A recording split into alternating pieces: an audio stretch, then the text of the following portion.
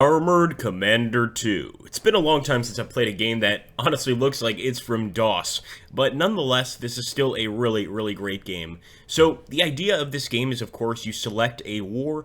These are all taking place during World War II, and you can go ahead and select which side you want to play as. After that, you go ahead and select a tank crew. Now, you can play with a really light tank, a medium tank, or even a heavy tank. It's completely up to you. So obviously you're trying to get as far as you can in the campaign. You're trying to, of course, either get to the end of the campaign or just get a very nice score. And one thing that could, of course, stop your campaign is your actual tank commander getting wiped out.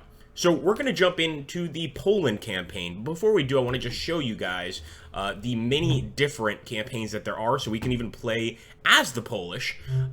We've got the Liberation Campaign of the Red Army from September 1939 to October 1939. We've got the Winter War, the Battle of France, of course, and Patton's Best, as well as Canada's Best. These, of course, being somewhat more late war scenarios. But like I said, today we're just going to go with the straightforward Poland campaign, so you guys get an idea of the game. And, of course, we're in Poland, so we don't have the most up-to-date Panzer tanks. The best thing we can get is a Panzer 3F. So I'm going to go down to that 3F. That's looking pretty nice. But I think, you know what, maybe we should go over here with a lighter tank. And of course, you can decide if you want to go for a light tank or a heavy tank, and you're going to have enemies that are going to reflect that in your journeys. So I think what I'll do here is actually go for a Panzer 38D. I think this is essentially the same prototype, and let's proceed. Alright guys, today's mission is a spearhead.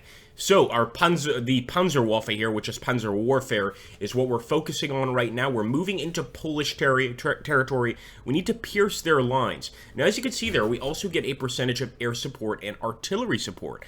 These are, of course, things we could use during the actual battle itself, and very helpful, especially when you're facing an army of tanks. Keep in mind, we're a single tank crew here fighting against an entire army, so it can get complicated.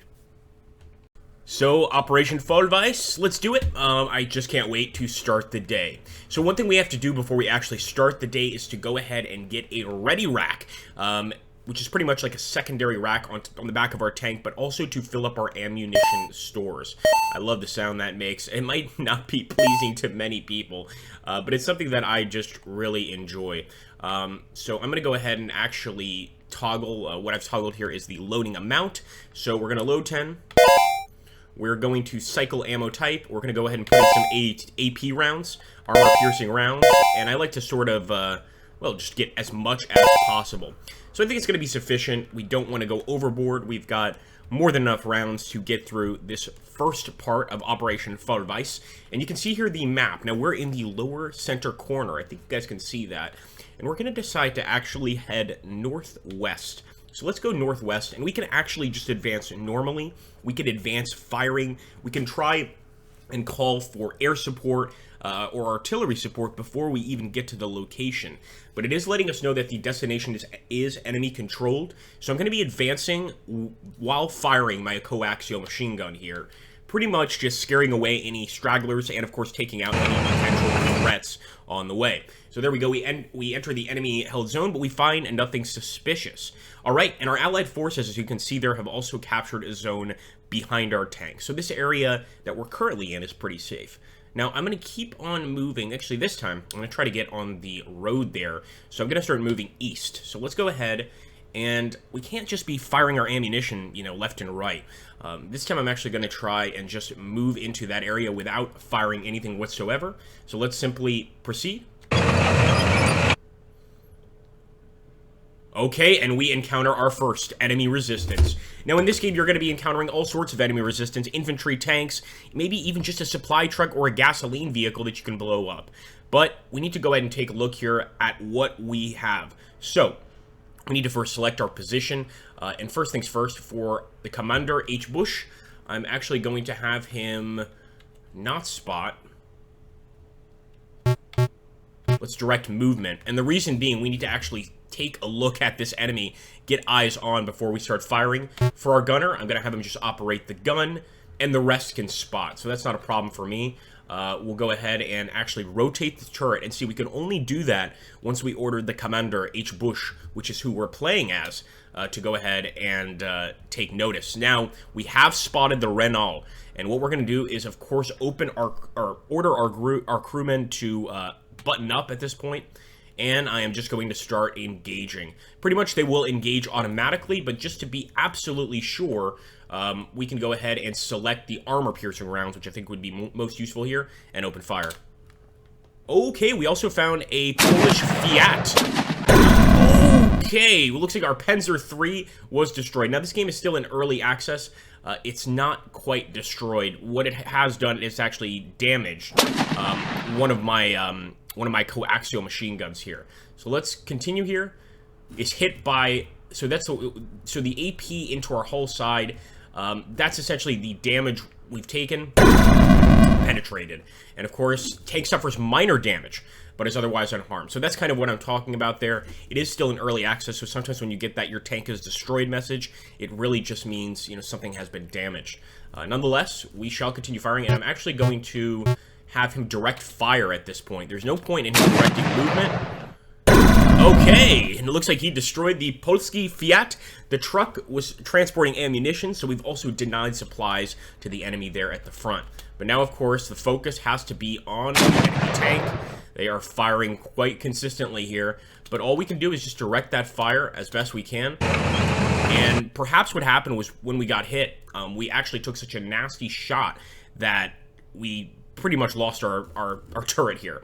That's certainly possible.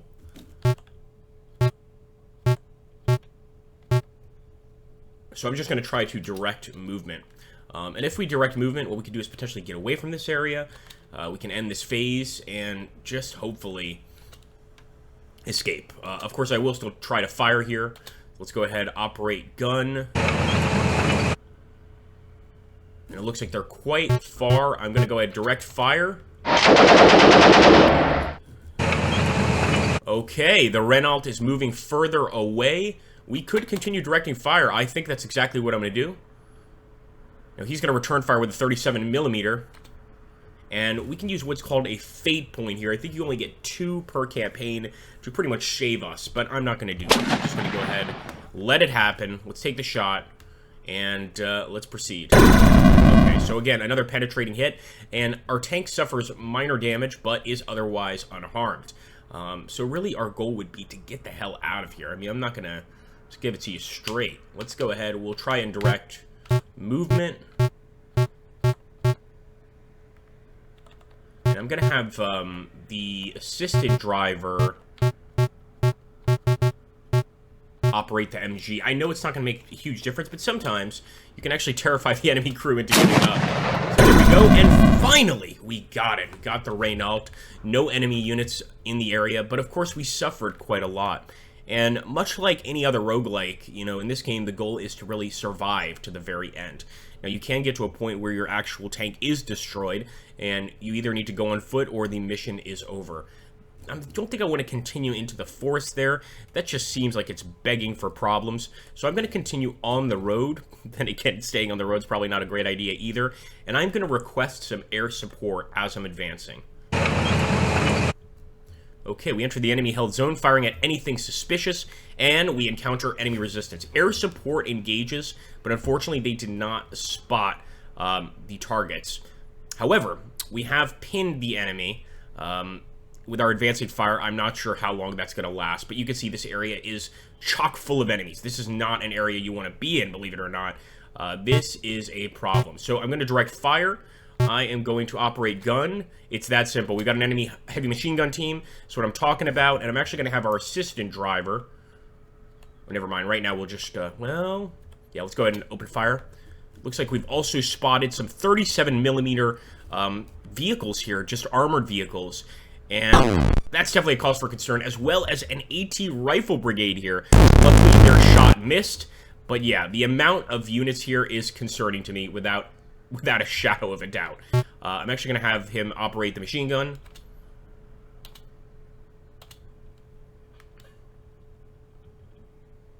Looks like the infantry here is trying to attack us with grenades.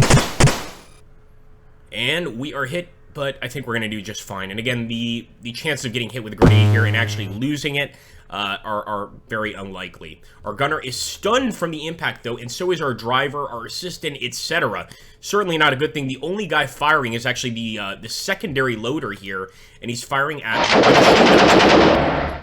So fascinating how that happens, and how pretty much your crew can be shut down by just enemy infantry.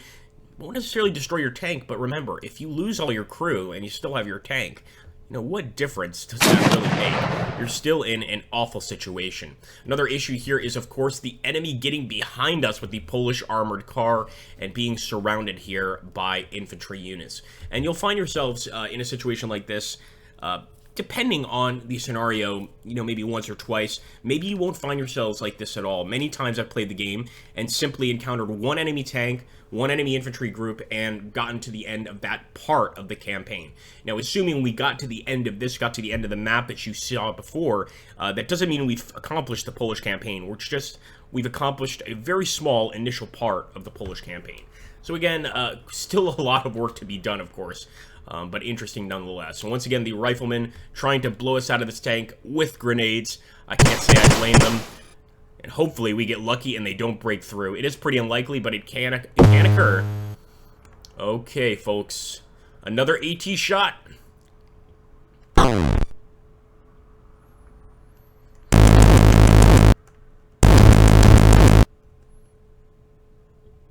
Okay, so what I would do in this situation is probably put our focus on the actual AT rifle unit. So we could actually go ahead, we can order our commander here to direct movement. And at that point, I'm going to rotate the turret over here. And again, just because I think the main threat really is coming over here from this area. Now, as you can see, we're resolving 8 firepower on riflemen. So we did manage to hit them with our coaxial machine gun. And with a roll of 67.2, we pinned them. We haven't actually killed any of them, but they are well pinned. Not bad. I'll take it. Well, I hope you guys have enjoyed this short but sweet gameplay video on Armored Commander 2. Really enjoyable, and really brings me back to a much simpler time. Of course, this is very reminiscent of a DOS game, and I think that's exactly what the publisher was going for, and I really, really enjoy what they've done here. So, of course, the game is still in early access. If you want to support it, I highly recommend you go to Steam and check out the early access page. Take a look at kind of what's planned for the future, but I just see this as, obviously, you know, a sort of unfinished product. There's still a lot that could be added to make this just fascinating, and it's still really engaging, really enjoyable, playing as this tank crew and having to take care of all your men, having to replace men that get unfortunately killed during campaigns. But I think that there's just so much more that could be added, even with just the DOS graphics, to make this even more engaging. Well, guys, let me know what you think, and let me know if you'll be picking up Armored Commander 2 in the near future. Please like the video, comment, and of course subscribe if you haven't already. Thanks so much, guys. I'll catch you on the next one.